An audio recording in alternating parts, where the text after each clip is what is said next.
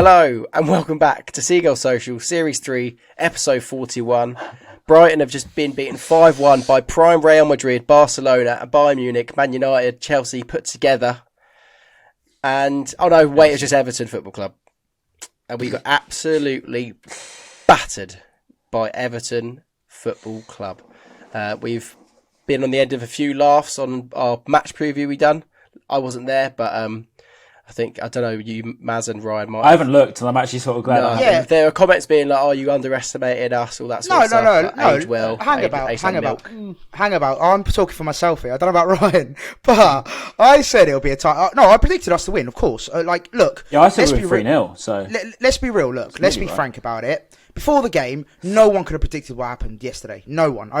Unless you're, some kind of mystic Meg. I don't think anyone could have predicted what happened yesterday. I genuinely don't think anyone did, no. Yeah. So I don't see how people are going to attack us for having a view of Brighton will win. Fair enough if we'd gone full like we're going to batter them, we're going to smash them. I don't think we did that unless I've got my biased sort of glasses on. I don't think we ever said we're going to batter them. I said it would be a really tough game. And, it turned out to be a very tough game because we got absolutely battered. So the only thing I could think they got annoyed at, but to be fair, is still true, is Ryan, when you were saying how they're obviously like a really poorly run football club, which they are, you still can't argue that. It's just they still managed to batter us. Yeah, it's funny because my take on Everton Football Club is via fans of Everton Football Club. So, thanks to the, fans that we've got from the stuff that we do. That's. But look. At the end of the day, as Maz says, it's a result that you cannot predict. And I take my hat off to Everton fans giving it back. I'd have done the same, right? I say this every single time. I'd do exactly the same. So if I watched that and I saw an Everton fan saying that Brighton are nothing, they're a nothing team, whatever that teams like Brighton, small club, and then we went and smashed you 6-0, I'd be saying, look, that's hilarious. And I'd do exactly the same. So look, fair play. I'd have done the same. It is what it is. Football banter. Obviously, if it goes too far, I haven't seen anything that has, so I can't really say that. So it's what it is. We move on. So we're back. Ryan just said something, I'm pretty sure. And then whilst we were off air, Jack was telling us what you had for dinner. He said he had a curry and then realised he had fajitas instead in a matter of like a couple of seconds. It was spicy. It was really no matter spicy. What it was spicy and there's probably chicken. And People could, let's just say, the other podcast host could hear me breathing quite heavily. That's why we stopped. So I wanted to change my audio because of I think I was getting the meat sweats. Apologies for that. No, that's fine. Jack, we haven't heard your opinion. Like straight away from the game, we conceded in 34 seconds. I think it was. Yeah, that was. Did you expect it to then become a bit of like an embarrassing scoreline? I got some bad feeling when they swapped ends. Before the game. I agree with you. I agree with you. As soon as they did the swap, I thought something's not right We're here. finished. Yeah. There's something in the air, and then it just seemed to just sort of degenerate from there. Really, I was quite. I'd had a few to drink, because it's a 5:30 kickoff, and it just was a bit of a sensory overload to concede within there. Just sobered up instantly. Yeah, just sobered up instantly, going from like, oh yeah, great, this is going to be a good day, to oh shit. I think we just started really poorly. Like Mitoma gave away the ball, and that was that. It was I mean, he was the one player who had a bit of a stinker. Like, not to look too much into Mitoma's finished. That's the pod title, isn't it, boys? Yeah, and I'm sure I'm sure that's definitely not the case. No, of course. But I think it just.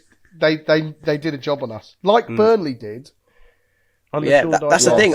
So Sean Dyche's record is insane. I think the last 6 times he's played at the Amex, and we'd rattle it off my dome. It was like I think it was 3-0, and then 1-1, 1-1, 3-1, and 3-0, and then 5-1 or something like that. Something similar to that. So he absolutely loves playing at the Amex, and he was a weird one. Like going into the game, you just thought everything screams Brighton win. But the way Everton are playing, the way we've been playing, you think surely we're going to score loads of goals. Surely Everton are going to fail to score any. But then at the back of my mind, I was like, could this be that banana skin? I think a few fans did also feel that as well. So it was in a weird way. I wasn't like reacting every time the ball went in. I was a bit like I kind of didn't see this coming because no one saw a 5-1 loss coming. But I just felt like it was going to be a banana skin. I don't know about you, Maz. Yeah, look. So well, maybe not from the match preview, obviously. Yeah. Well, no, exactly. No, yeah, like Jack said, I think the shock of 34 seconds in or 37 seconds in, wherever it was, to concede, I was just like, what the hell is going on? And then it didn't really get better, if that makes sense. As in, like when you see signs of, we can get back into this. And of course, there was a few times because I was right by. The left hand, so the west. I was in the west stand lower, and obviously on Mitoma's side for the first half. Yeah, and I could at first with Patterson, I thought, you know what, he could have Patterson here, mate, potentially.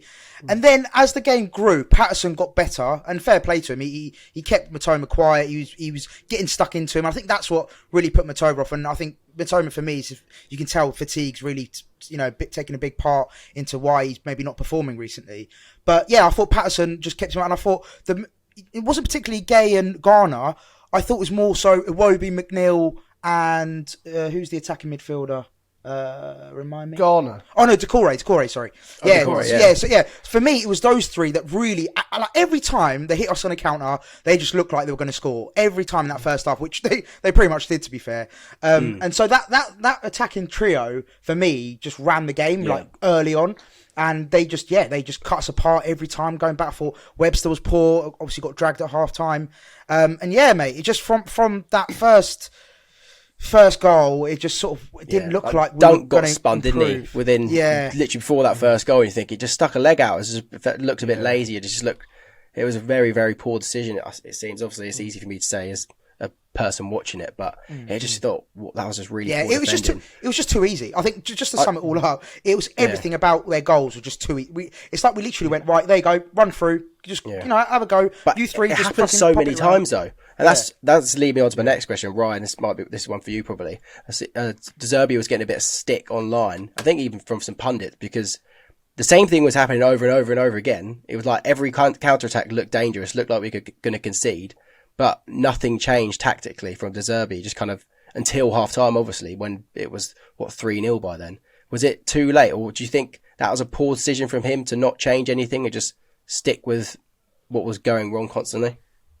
Yeah, I don't want to dig out, the man that's literally saved us this season from becoming potentially, really down there. You could say when it's a mistake or not, though. Yeah, of course. And I think, he made a mistake. I think the mistakes happened before the game. I think we underestimated them, if I'm honest with you. I think the 11 was wrong. I know I'm a big Gilmour fan. Everyone knows I'm a big Gilmour fan, but I did think it was a surprise to see him dropped. And I think you saw the big gap when he was. I think that the right side was being overrun every single time, and you feel for Kundo in them moments, to be honest. And Gross as well was being done for pace, as he would be. And I think we lost so much in midfield, putting Gross out there. Obviously, Caicedo did a job out there, but that was when Gilmour was in, and I think he's got a bit more legs than Gross. And I think that when you're coming up against teams like Everton, you've got legs and they're up for it, and what they do is old school football, but also some beautiful football. To be fair, in the first half, Sean Dyche was playing some nice football. Don't take anything away from that, but. Yeah, those sort of moments there where there was nothing to stop these counter attacks. We were putting so many forward with no one holding it, and it was just leaving Dunk in the open. It was leaving Webster in the open. Gross was nowhere to be seen after time, and Purvis you can't really bank on just three of them getting back. When they're so high up the pitch. I think we put 8 forward and we didn't have anyone back at times, apart from Duncan Gross Duncan Webster, and that's when we got spun. And, it comes from mistakes, yes, but I think that it comes from it's errors from De Zerbi, and he'll be the first to admit it, of course. It's just weird, because we played like this all season, and it's saying that it's come in the 36th game of the Premier League season, or even more so. Obviously, we played some cup games as well. It's just mad that we've only just been kind of caught out. I feel like, how has no other team maybe done this to us yet? Yeah, I guess at Forest as well, but yeah, just these counter attacks were relentless. And I had to remember the definition, but the definition of insanity is doing the same thing over and over again, expecting a different result. And it felt like that in the first half. Just thinking, why are you not changing? Why are you not making any changes? Did you think that, Jack? Yeah, I mean, I thought he got the team lineup wrong. I mean, I'm not a professional manager, but I also thought he got the lineup wrong against. You go to more games than most football managers in a season. Yeah, I'm sure I do.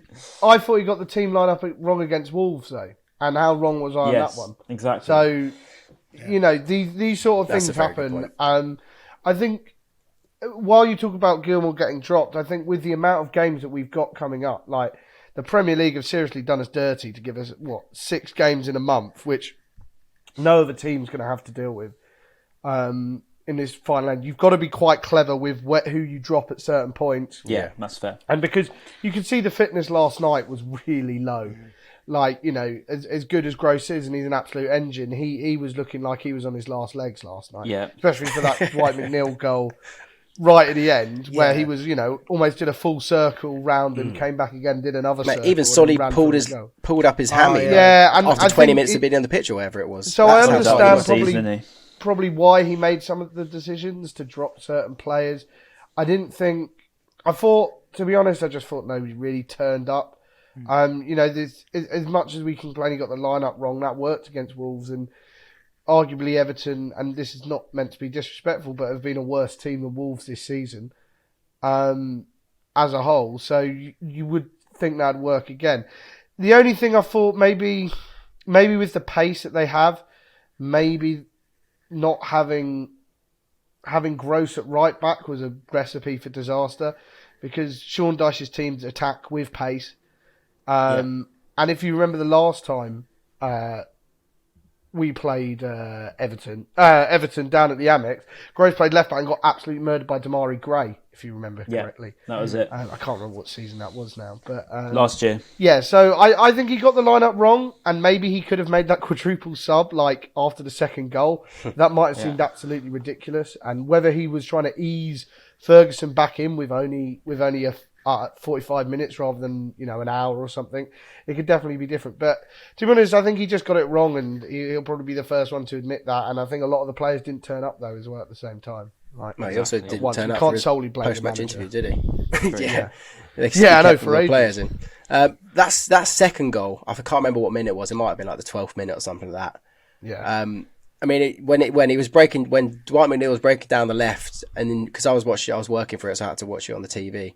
I was literally seeing Decore run down the right hand side. I'm sure probably all of you were in the stadium were as well. You're thinking he's so free, and then the ball goes over to him, and you're thinking, he's just about to make it. He makes it. We just didn't fancy marking him. Should Jason Steele have saved it? Because we're going to talk about the goalkeeper situation, which is as maybe harsh as it is talking about it, because I know what Jason Steele has been through in the past with Sunderland, that sort of stuff. But I think we will have to talk about some of the shots that he faced. And yes, he's made some decent saves. But I think for the third goal, the positioning was very questionable. Yeah. And maybe I'm being super critical, Maz, but the second goal, you feel like it wasn't exactly tucked away into like the corner or close to the post. It looked like it was a lot closer to him to get an arm on it. Yeah. I don't know if I'm just being super harsh. It's a great volley, of course. Great finish. It was a fantastic great strike, sorry. Yeah, fantastic finish. Like the way he sort of lifted his leg up that high to even connect with it, let alone, you know, put it away nearly top bins. But I don't know. I don't know. It's a bit harsh on Steele. Look, when it comes to the goalkeeper debate, it's literally like a flip of the coin, right? Like they've all got their pros and their cons, and in the long run, I think I do want Sanchez back. I think he is overall the better goalkeeper in my humble opinion. However, can you drop Steele? Obviously, after this game, you probably could, because that might seem fair. But up to that, had he really done anything wrong? You know, he obviously got that penalty save against Forest, but then had a few questionable, you know, moments, and you know he's had questionable moments throughout the season, as has Sanchez. So, do you know what I mean? It's like out the two, it's literally a flip of the coin for me personally. And I think it's harsh to say that. Should he have saved that Decore? I think defensively we were shambles. Like to let Decore be free on his own in the box, I think that's where you got to look at first, rather than do you look at Steele as the goalkeeper. I think personally, that's true. I guess, when I've scrutinised Leeds before, and obviously our friend of the show, Josh Akers, has more said like it's the defence that the issue, the defence are letting the keeper down, and I guess you could probably say that with this game rather than pointing the finger at the goalkeeper. I think it's extremely harsh to say the second goal was savable. I think when Decore is free on his own in the 6-yard box with a free volley, like what's Steele meant to do there? Like unless he's Superman. I just thought maybe I'd be super critical, but I just thought it was a bit closer to him rather than a super finish. Like the connection was great. But obviously the third one, that was one where it was a bit questionable. Ryan, you leaning back, trying not to scrutinise a goalkeeper, because like what happened with Sanchez a couple of years ago. But No, go for it. I think. What were your thoughts when you saw that one happen? Yeah, it's an own goal, isn't it? You can't plaster that one over. I think that, it's hard because putting this on Steele would be wrong. And I think that when the whole team's been starting in probably the worst I've seen them in, I don't even know. Last season when we played Burnley, probably. We weren't that bad at Forest, not that bad. That was the worst I've seen the team play in a long time. I didn't recognise, you don't recognise that team. It's not the team that you know. And I think that because we were that bad in that first half, I'm not counting second because I actually thought second we played all right. But first half we were so bad that to put it down to just Steele should have saved that. We were rattled. We were absolutely rattled from back to front. We were rattled. We had Undav and Welbeck making nothing up front. They're giving the ball away left, right and centre. We had Matoma giving the ball away. We had Buonanotte pretty much invisible. We had Gross, not keeping up with anybody. We had McAllister, who actually had a good second half. But again, in the first, probably was too weak, was getting overrun. How many times have we been able to say that this season? Caicedo was missing challenges. We had Dunk and Webster getting caught out. We had Estupinian getting caught out. And then we have Steele, who makes a mistake. So I think that to look through the whole 11, everyone was making mistakes from back to front. So to say that, that it's on Steele, look, his head's gone. It's a bad one. It's come off the back of him. It's gone into his own net. You can't hide it. It's a bad one. But look, the way the game went, it's Man United against Liverpool 7-0. It's them sort of games, which is such a weird one. And I hope it doesn't knock anyone's confidence because it can. But we'll see. Yeah. These games have been happening everywhere this season. I don't know what it is this season. Yeah, there's been freak games all over the place. I'm sure I saw an Athletics article about it, something like that, where essentially they said, like Man United losing 7-0 and I'm trying to think of some other results, like a couple of Chelsea results, stuff like that. It seems to be when teams lose, they lose to the extremes. Even like Wolves, for example. They lost 6-0. That doesn't normally happen. Tottenham losing 6-1 to Newcastle. These sort of extremes seem to be happening. And I don't know what it is. I think it's been a funny old season, congestion, isn't it, really? I think is what you would put it down to. Maybe. Yeah. Lack of fitness in the Premier League, I think. Everyone's playing so many games that, these players... I'm not giving ultimate protection to players because I think they should be protected in the sense of this, but then they should also be rightly and they don't get called out for the amount of cheating that goes on. My God, that's a whole nother conversation that the players need to take accountability for. But when it comes to fixture congestion, you've got to give respect to them because they're playing 3 games a week and De Zerbi said it. We're not used to this. And one thing I will actually agree with De Zerbi on was he said about the mentality. And he said that he puts this down to the mentality of the team. We're not ready to play 3 games a week and you have to be. And I actually do agree with him. I think that I do agree with the fact that there shouldn't be a situation where a team's chasing top 4 for the first time in their history or chasing top 6 for the first time in their history and teams want it more than them. That shouldn't be the case. There's a case of we're getting overrun and we're unfit and we haven't got enough of players to fill gaps. But to say that they wanted it more or they did that they wanted this more, Forest wanted it more, Everton wanted it more. To say that it's hard to hear when you're a team that should be playing higher up and could be even in the top 4 spots if it were for a few things to go their way. But that's one thing I did agree with De Zerbi on. That's for sure. I also like the fact that there was rumours that he kept him in the changing room for about 40 minutes after full time. It's like Football Manager, isn't it? Yeah, and it just reminded me of the meme of Warnock when he goes, "You got a day to get 3 points." I just imagine him just in the changing room, just absolutely lambasting the players. I bet he had a video presentation ready. Yeah, like a Bielsa special, a PowerPoint presentation. But no, I think that just shows if it is true. Obviously, I think it was pretty much true because obviously he didn't go. He never came out. He never came out to do his media duties. And it's just I quite like that because I think it shows that how, like, for example, and I know footballers are allowed to have a social life. I get that 100%. I'm not saying they can't, but like there was a clip that came out today from the Millwall side. I don't know if you saw that when they all went to karaoke after obviously losing to Blackburn and not making the playoffs. Like I get that they've got a personal life and they can do what they want. I don't but it's the optics. So for me, it's like if you're the fans of Millwall, you just lost. All you have to do is win the game and you're in the playoffs. And the lads have gone out and had a massive night out and don't after being 3-1 up at half time or whatever it was. Yeah, exactly. Was it 3-1 up? So imagine like the optics of then, like, let's say for example, I don't know, De Zerbi coming out like straight away being like, oh yeah, do you know what? Like, you know how Potter would have done back in the day. Oh, don't worry, lads. You know, we'll be fine. We'll be fine next game. We'll be all good. Like, you know, whatever. Yeah, take the positives, exactly. And now he's gone like made a bit of a statement, like, lads, stay in the changing room. You know, I'm going to give it to you how it is. Give it to you straight. You know, it just shows for me personally, the Zerbi's mentality of how he's a winner and he hates losing. And I think that's. yeah, exactly. We didn't make enough noise, apparently. I said that as well. I remember thinking, as soon as it finished, I thought, Potter would have said we played really well second half. You know, take the positives from that or something like that. So, you know, it's a different mentality, isn't it? It's very good to see it from that man. I wish we had the cameras in the changing room, though. I really wish we, like we did for Man United. Can you imagine? Fucking if anyone's seen, who's that?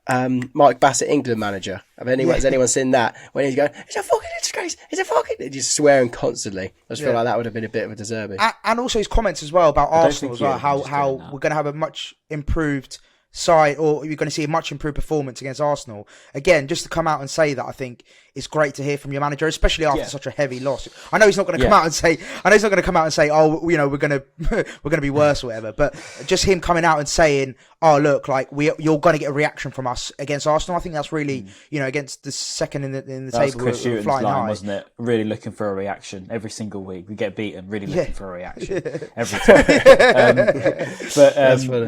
He was apparently quite aggressive. Was it? I could believe that. Yeah, I know somebody who was a media intern at Rotherham United. Here we go, story time here.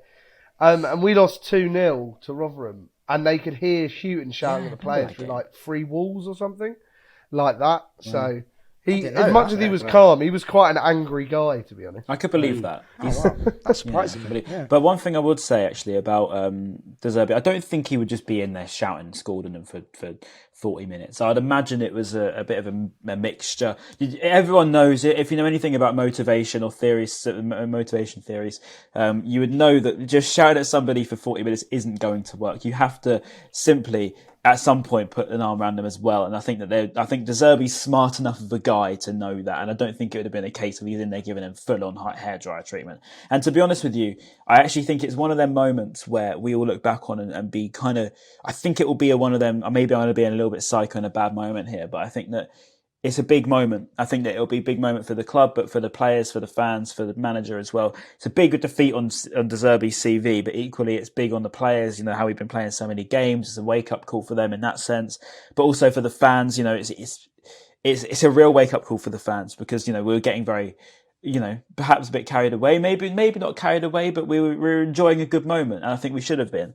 I think also... I think we had every right to go into that game to absolutely. And I think it's good because it makes us know that we're not there yet. And there's still a long way to go till we're there. Wherever there is, we're not there. So I think that it's quite nice to almost be humbled in a way. It's good to have a nail on the head. And I think as well, you know, that feeling of, I don't know, wake up call, I think is weirdly refreshing. It's really, really odd now, but I think you know what I mean in 3 months' time. Is it a glimpse into next season if we do get Conference League or even Europa League, of course, that we will be having to we'll be having these months where we're playing a game on Sunday, we're playing a game on Thursday, we're playing a game on Saturday or Sunday, and then so on. Like in a month, we might play 5 games or 6 games, like we have this month, and it's been quite telling. You know, we lost to Forest, in April, and then we lost to Everton, like 2 shock defeats because the players look tired. Is that something that we got to be potentially worried about? I think we're doing something about it though. Like as much as there's been a lot of calls for us to get better depth, which we definitely need. I think a lot of people, at the moment, we can't really do anything about that. We're not in a transfer window, so we've already signed 2 players to be fair, haven't we? But you can see that we're making clear.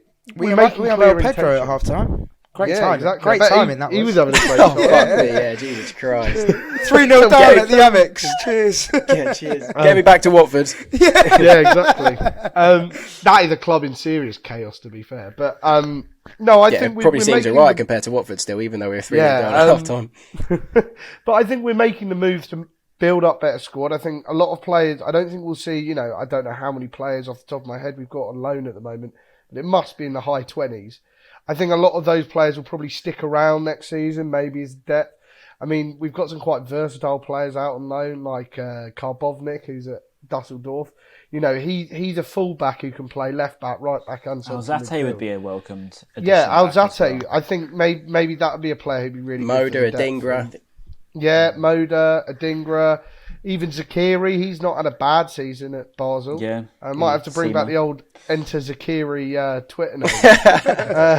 Oh yeah. He comes back. But yeah, I think we're going the right way about looking to get that depth. And I really like Lamptey. I like him as a bloke. I like him about everything. But I feel like we keep on relying on him as our backup right back or a right back option.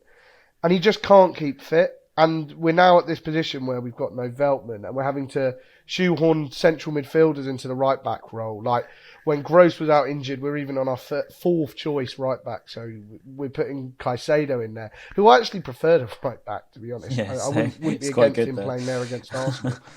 But you know, I think we maybe need to look that first day of the transfer window, look at getting another right back in. Yeah. Because as much as I like Lamptey, we can't rely on him. Because we're linked with that Ajax right back, aren't we? Drench? Yeah. Drench? Yeah, Wrench, something like that. Yeah. There's another one coming out. Or maybe Adelafire. Adelafire's there on the bench. I think with the Fire, it's hard though, isn't it? Because putting him into Arsenal, City, Southampton, even it's a big game for us. If the Villa away, putting him into a Lions den, I think it's a bit harsh. It's hard, isn't it? Because you want to do the best for the team, but then you think also the long-term effect on ruining a young player's confidence is equally suicide. I do think Veltman's back though. Yeah, I do think Veltman's back on Sunday. Because someone saw him running around Hove Park, so... Oh, that's it then. That's all right. I saw that tweet. I don't know how reliable we can take someone's tweet. Yeah. I saw on Twitter that he's walking around Hove Park. He's walking around Hove Park. Martin Montoya again. Yeah, Martin Montoya. That photo of Martin Montoya from a few years ago was so absolutely strange. vintage. So good. I'm trying to think of because there are so many goals we conceded. What happened in the second half? The first, obviously, we made 4 substitutions here. Maz, you take over. Yeah, sorry. That's the first time that's ever happened as well. Little stat with Brighton Hove Albion Football Club. It's the first time we've ever made a quadruple substitution. Look at that. Man, amazing. I didn't know that. This is why he's here. I love stats, Jack. I love stats like that. So at half time, I don't think there was any other option for him to make a wholesale changes. My dog's just going a bit mad in the background. Right, so wholesale changes, and I think that it had to be done. I thought Ferguson was fantastic. I thought March was incredible. Such a shame to see him come off. I was so gutted for him just because he was playing brilliantly. Like, he was exactly what Thomas should have been doing in the first half. No sort of, shots fired at Matoma there. But I feel like March was brilliant when he came on. And Ciso looked really lively, brilliant. And I just, do you know what I loved about... So when the lineups came out, I thought, do you know what? I actually like the fact that we got March and Ciso, Ferguson as options to come off the bench. But then 34 seconds in, I thought, do you know what? We need them. We need them on the pitch, boys. They're great options off the bench, but we actually need them on the pitch. So, when he made those 4 subs, I was like, brilliant. This is great. It's really good. I thought we dominated possession throughout the game, but in the second half especially. And it was just counter-attacks, wasn't it? Let's be real. Everton was brilliant on the counter. Every time they just looked dangerous on the counter-attack. We dominated possession. And then in the second half, what's his face? Pickford just turned into prime Gigi Buffon. Oh, mate, honestly, that save. The one that would have got disallowed in the end from Ferguson. Well, they're both from Ferguson, but the first one, that was an incredible save. I think it would have been ruled out. Was it? Yeah, right. I think it was going to get ruled out. Was it offside? Oh, don't ruin it. Yeah. I don't know if it was. I'll say it. The first save was incredible. The second save was fantastic when Ferguson had that left foot shot. That was brilliant. Everyone in the stadium thought it was a goal kick, and I was like, no, he's got a touch to that, which was just incredible. I thought Pickford just turned into prime Buffon, which was classic. It shows why he's England's #1 as well. Yeah, exactly. There's been a lot of debate about him and Ramsdale. Ramsdale's a fraud, mate. Well, I don't want to say that, but kind of. I don't rate him at all. So Pickford showed his quality, seriously. And you look at some of those saves he did make, and I do think the way the game was going, if one of those had gone in, there is every chance we could have clawed it back to a 3-3 or something like that. Yeah, 100%. So, and that's not to, and if you look at all the 4 saves that he's made, if he doesn't make those 3 or 4 saves, the game ends 5-4. Yeah. So, you know what? When I thought nothing was going our way was when, Pickford made, those 2 or 3 saves. And then obviously they scored their 4th in the 76th minute. But that goal was when I was like, it's not our day. None of our players were really playing well, obviously, in the first half. We had a few good substitutions that came on and proved themselves well. But so when they get that counter-attack, I think March gives the ball away. Caicedo slips over. And I was like, oh, yeah, classic. And then March is about to catch up. He pulls up his hammy. And I think, brilliant. Just think literally back to back. And you just know at that moment that it's just not your day. And obviously Dwight McNeil literally, dunk goes flying in. And just Dwight McNeil guys past him, takes it around, takes it still. He's gone. To be fair, that was very Lewis Dunk. You've just diving in like that. Old Lewis Dunk. This is the thing. Yeah, this is the thing, Ryan. We're praising him pretty much every week, and then he just does these things just to sort of prove us wrong, which is really frustrating because we know how good he can be, but he has got that moment in him where he does make a terrible decision or whatever it might be. So yeah, it's very frustrating. And then obviously Dwight McNeil does the Ross Barkley celebrating before they'll got the balls in the back of the net. We got absolutely embarrassed by them. And also the Everton fans constantly going, woo! Oh my God, yeah, Ric Flair, yeah. Constantly. Yeah. Just turned into a bunch of Ric Flairs. To be fair, that song on record is an absolute banger. Right. I did before that game. On record, not on Apple Music or Spotify, on record. Yeah, no, sorry, on Spotify and stuff. Spirit of the Blues, absolute banger. Serious tune. Also, I've got to drop some massive information which I know is going to rattle Ryan's cage here. But after that 4th goal, I actually left because I had to get back to London. So I did not stay until full time. So for everyone out there who's going to probably be like, oh, you're a fake fan, you left early. Screw you guys, I'm going home. Screw you guys, I'm going home.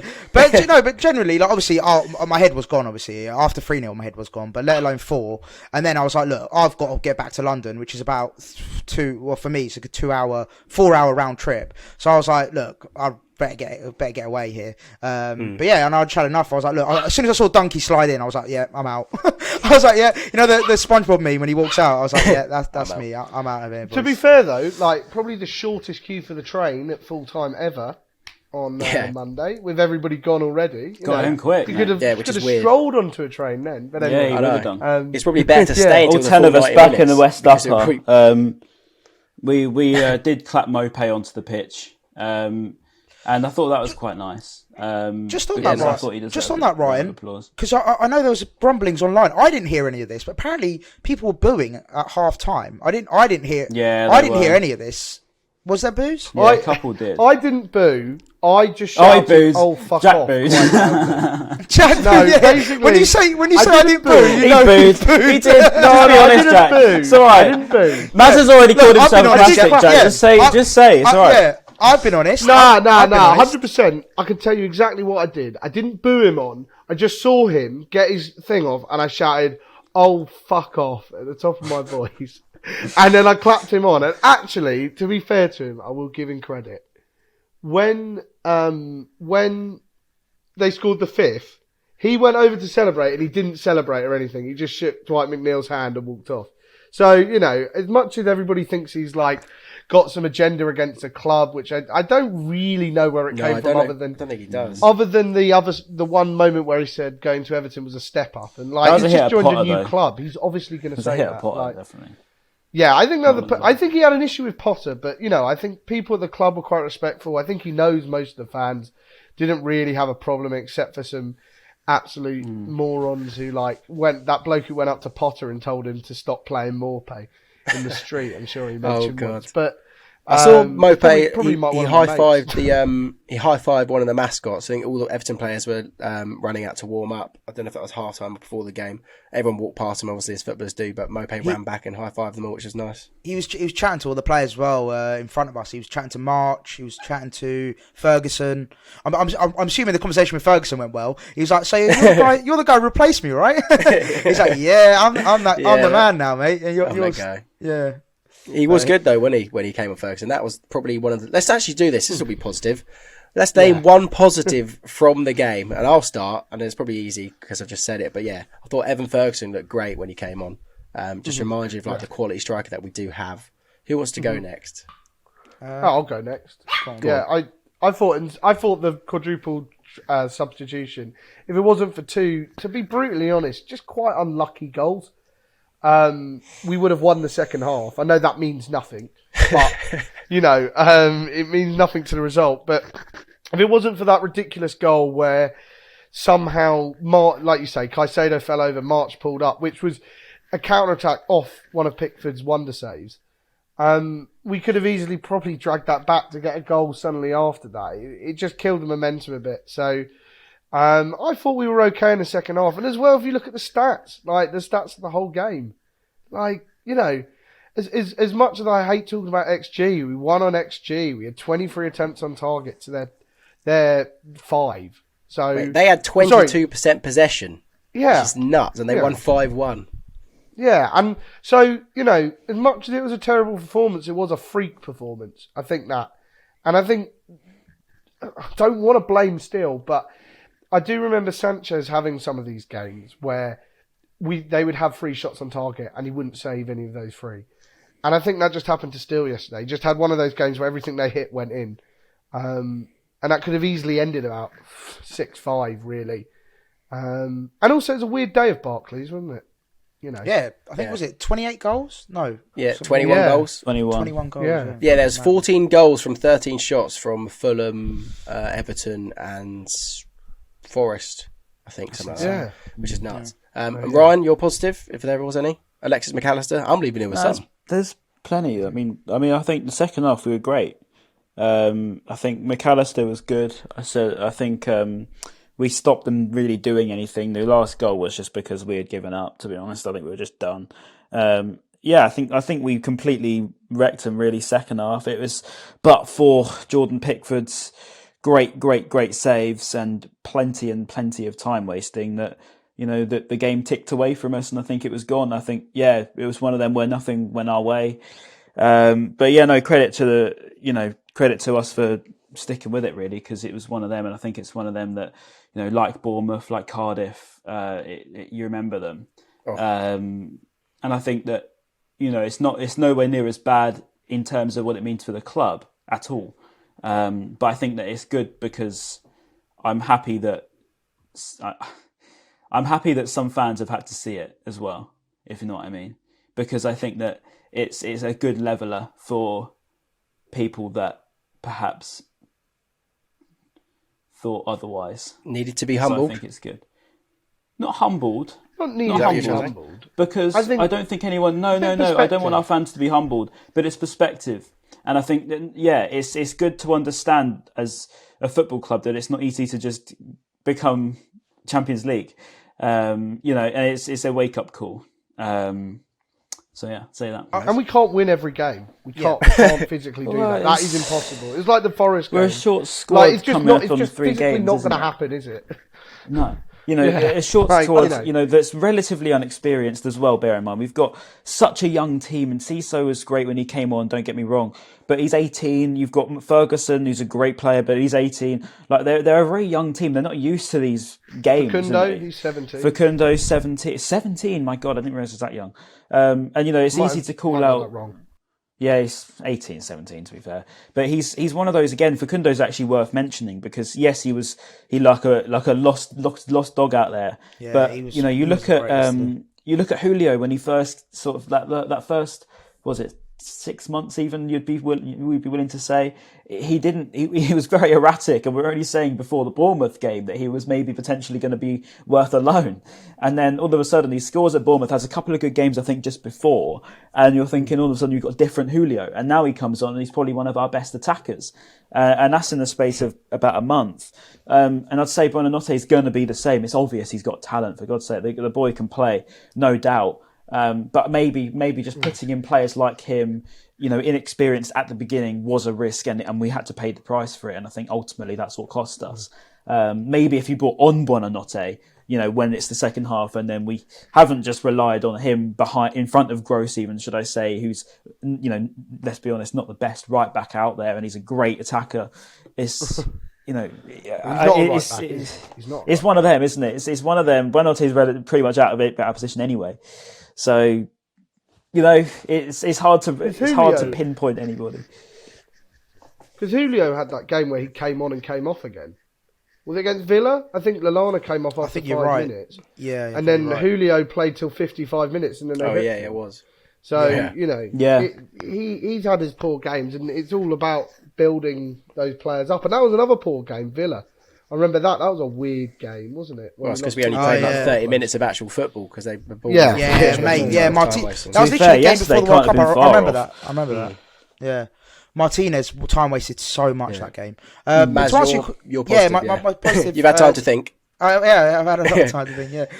To be fair, everyone's taken all the good points. Everyone's covered pretty much everything. I've got another one. If you did want one. Oh no. Just to sort of elaborate on one of the points. Actually, I think Ryan made it about sort of not perspective, I suppose, of fans. But I think it's actually good because it sort of helps us now to know that going into next season, if we do get European football, which we're looking likely we could, especially Conference League, we're looking likely, we're going to be having to play, Thursdays, Saturdays, Tuesdays. Do you know what I mean? Like, there's going to be a lot of fixtures in and amongst it, and I think this is a key learning of how to rotate a squad. And I think it proves to Bloom that he does need to spend some money and get more reinforcements as much as he's doing that already. I think it just basically hits home a lot of the points that we all sort of knew, but we needed this kind of result to really hammer it home. Experienced them, and actually having experienced them. I think that's really key for us. I think it's a big learning, and as we've touched on, I thought the second half were brilliant, and the subs that came on were fantastic. But yeah, it was just one of those weird days. And then the last one for me is obviously Villa lost, which is great because me personally, maybe it's just because I'm back of a bad result, but I don't know if we qualify for Europa League. I think we will get the Conference League spot. Really? Which is probably another good question as well, actually. So where do we think we'll finish? Yeah, I have it.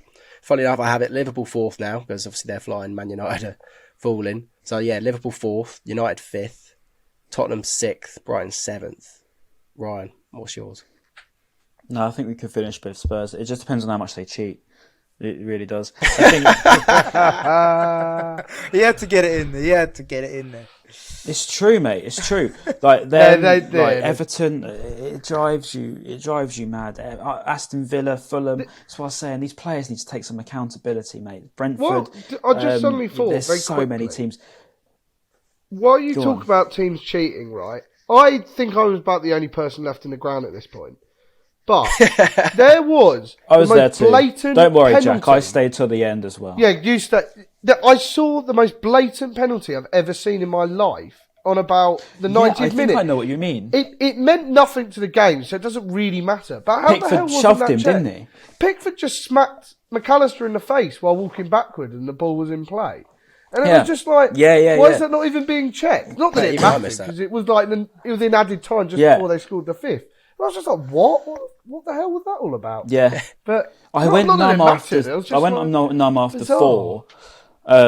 I sort of accepted defeat, not defeat, but I accepted that it was a rough one after 4. Yeah. I think once we got 4-1, it was the first goal that I've ever watched live and I've never reacted to. I think that I was so done. It looked a bit weird. Alexis scored, sort of it took me a minute to realise that we had scored. Like, everyone got up and celebrated. I was like, oh my God, we've actually scored. I couldn't believe we had actually scored. Yeah. And then obviously we didn't even stand up proper. I was just like, oh, okay, cool. Anyway, now we've got to get 3 more in the space of about 5 minutes. But I don't know, it was weird because I think it was one of them, Jack, where, look, I know that Maz said it and I didn't realise that you left early, Maz. So it's actually ruined my rant that I had before the podcast. But I think that, it's one of those where the people that stuck about in that, and I was going to say this regardless of what Maz said, it's testament not only to the fans, but also it makes you appreciate how far that not only that we've come, but the people that can see it. Because this is one thing that I think is prevalent, is that people don't see it, they just see what's in the moment. And I think that really is what got me yesterday as to how that East Stand cleared, not only after the 4th, but after the half-time whistle. I mean, so many people didn't even come back out. And it really, really was poor. Yeah. It's really poor. Yeah, seriously. It was poor. That East Stand was really embarrassing. And second half, it was just as bad. I don't mind people leaving on like when Maz left, when the fourth goes in, 80 minutes, I get that, especially if you need to get home. But some people are just sort of giving up at half time, and fair enough, we are 3-0 down.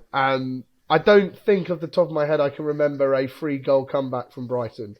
I mean, that is under really Zerbi, anything's possible, mate. Yeah, under Zerbi, anything's possible, and in this Premier League season, anything's possible as well. It happens, and I do think I've only ever left one Brighton game early, if anybody wondered, which was Blackburn away when we were 3-1 up, and I had to get last train to Huddersfield. And as soon as I left the ground, Blackburn scored a second to make it 3-2. So since that day, I've never left early. Oh, because that will happen. That will happen. Do you know what, Jack? Do you know what my reasoning was when I was younger? We always never left ever, and I've still to this day never left early from a game ever once, not once. And the only time that, because I've been to, I mean, not as much as you, Jack, but in my time of going to Brighton games, I've been home and away pretty much since I was born. But no, since I was probably about, I don't know, 10 or whatever. So the point of the matter is, Will Buckley was the reason I never left early. Not the reason, but proof as to why you shouldn't, was because he was the first one that I knew of that started scoring these dramatic last-minute goals pretty much with every goal that he scored. I think it's 75% of the goals he got in his career at Brighton came in the last 6 minutes of the game, I think, or something like that. What? And I think that's just insane. Jesus. And from that alone, I was like, I can't leave these games, because how do I know that's not going to happen? And by some miracle, against Arsenal, against Everton yesterday, those are 5-4 results. And, I think that we were on track to do both of them, had it not been for one, a good goalkeeper, and two, a dodgy VAR decision on Matoma. So I guess we'll never know, but that's just what I think anyway. Right. I'm going to wrap out because I need to have dinner, and also City versus Real Madrid. Don't have it too spicy though, like me. No, definitely won't. Off, but I will. I do want to breathing all evening. Have a fajita curry, mate. I do want to get your European predictions, boys. Before we go, Maz, I'll start with you. So I said Liverpool 4th, Man United 5th, Tottenham 6th, Brighton 7th. I think Liverpool will get 4th. I think Man United will finish 5th. I think we'll finish 6th, and Spurs 7th, and Villa 8th. Yeah, Jack. So I'm going to go. I think Man United are still going to finish 4th. They got games in hand as well. On Liverpool, I think they've got one game in hand on them, so that's probably winnable. I can confirm that is correct. One game in hand. Yes, that is correct. Get in there. Then I go 5th Liverpool. I think Liverpool aren't catchable now. I think we're going to get your Europa Conference League, but it's going to be between us and Villa. So whatever happens, because life is a roller coaster, isn't it? So don't do that, please, for God's sake. Not between us and Villa. I can't deal with it. I know. I can't deal Ryan, with it. I think that's what it's going to be. I'm not going all the way to Villa Park for that. Ugh. Yeah, I don't want to go to Villa the Brighton way, isn't it? It is the Brighton way, isn't it? It's a repeat of the final day of the Championship. That's I dyed my hair blue that day. That was the most embarrassing day of my life. And then because I bleached my hair like a week before. I could just believe that as well. I bleached my hair a week before, and it said on the side of the can, "Do not use on bleached hair as it will stain your hair." So I put it on the bleached hair. And that's why you became ginger. And I couldn't get it out for like the origin story. 2 or 3 weeks. 2 or 3 weeks. I couldn't get blue out of my hair. Had to sit all my uni exams with a hat on. It was awful. That's probably why I've got no hair now. I was about to say, if anyone wondered Jack's origin story of why he is the man he is today, that is the story. There you go. The bleach got in the bloodstream, you see, and then it turned me insane. Easily done. That's why you bleed blue, Jack. Yeah, exactly. Nice, Maz. Ryan, go on, finish us off with your predictions of Europe. Yeah, United will finish top. Liverpool finish top 4. United 5th. I just think United aren't that good. I just don't. I think that, we've done a double over them, great and all that, but I just don't think they're that great. I think that Liverpool have been on too much form recently, and I don't think they'll drop off before the end of this month. Them 4th, United 5th, and us 6th, Tottenham 7th, provided Harry Kane doesn't whistle in the ref's ear again, because it's But I think we are better than Spurs. I think yesterday is a real one-off, and I hope for the sake of the club that it doesn't matter. But I think also we are. Is it 2 wins to get European football? Like, not all but guaranteed. I'm saying all but guaranteed. I'm not saying mathematically, but all but guaranteed. Is it 2 wins? Is it 6 points? I don't know if I'm right in saying that. 6 I'm putting points. that out as a bit of an open question. Well, it's 6 points. 6 points. If Villa drop points, and it all gets very complicated because they're playing points. Spurs and Liverpool. Yeah. I think Naylor said we needed 9, didn't he? Yeah. We needed 9, but if Villa drop any points. But he said maximum, though, which I didn't really get. Yeah, so that would be, I guess, if Villa win all the remaining games. Because obviously, it's dependent on what's around. Okay, so say we do maximum 9, then 6 points out of, a Southampton. I could see us doing Arsenal because we always seem to do it when we go to the Emirates. City is probably a loss, unfortunately. And Villa, I'd expect us, not expect us, but I'd feel that we would lose that game if it came down to it. So I'd say our points come from Arsenal and Southampton. And maybe a point against... Right, this is the longest... Yeah. Sorry, I had to do... wait, sorry, what was the actual prediction? Jack was not enough then. I think Ryan's disappeared into the nether now. Yeah, the ether. Yeah, where his face is disappeared. I only heard like half of you, and then I've come back. I think I've got a really big delay on my side. What was your prediction, Ryan? What was your prediction? I said us 6th and Tottenham 7th because they're better than Tottenham. Yeah, that's what I said. Nice. All right, I'm a wrap up. Thank you for listening.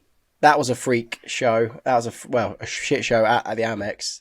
I hope it's been a good show on the podcast. I think it has. Thank you, Jack, for coming on very last minute, of course. Thank you, Maz. Thank you, Ryan. If you are subscribing, if you are still listening, please comment below. Sort your mic out, Jack. Yeah, I know. That's going to take some editing from me. Honestly, it's like having it's like having like wind sails. Like when you're out and about. I don't know what this is my voice. Or, the wind crashes against your earphones. Yeah, I think it's the mic. Maybe we just need to. Jack, I want to ask one more question before we come off. I'll edit it out. Oh no, we don't have time for that, mate. We've got to go to bed. Now, what's the one question? Go on, Ryan. I want to hear it. I just want to know why he's got a Schalke shirt on. Oh, because I've got loads of This is what I've got 300 football shirts. So I just wear them like every day for work, and I just pick out like the nearest one. So I just got a Schalke one on today, but it could be any team. There's 115 Brighton ones in there. Ryan, basically, after the 5-1 defeat, he's disowned Brighton, and he's gone to the other and I've blue become team. a Schalke. I've become Jack Schalke Stevenson. Fair. I just wanted to know the reason, really. But anyway, now you can wrap up. I don't mind. No, I've got the whole Bundesliga. I've got the whole Bundesliga shirts. Oh, right. Everyone, comment below. Jack, stop breathing. Yeah. Bloody hell. Yeah. Jesus. To be fair, after the last... Don't do that. After the last few weeks, don't do that. We're going to get after the last few weeks, there's probably a few Twitter accounts that want me to stop breathing at this point. The amount of people I've told to fuck off and shut the fuck up. Join the club, mate. Join the club. Okay, actually, I've got it. I've got the comment below. Everyone just comment woo, like Ric Flair go woo. Everyone comment woo. Come on. Thank you, subscribe, and goodbye. Woo. Peace.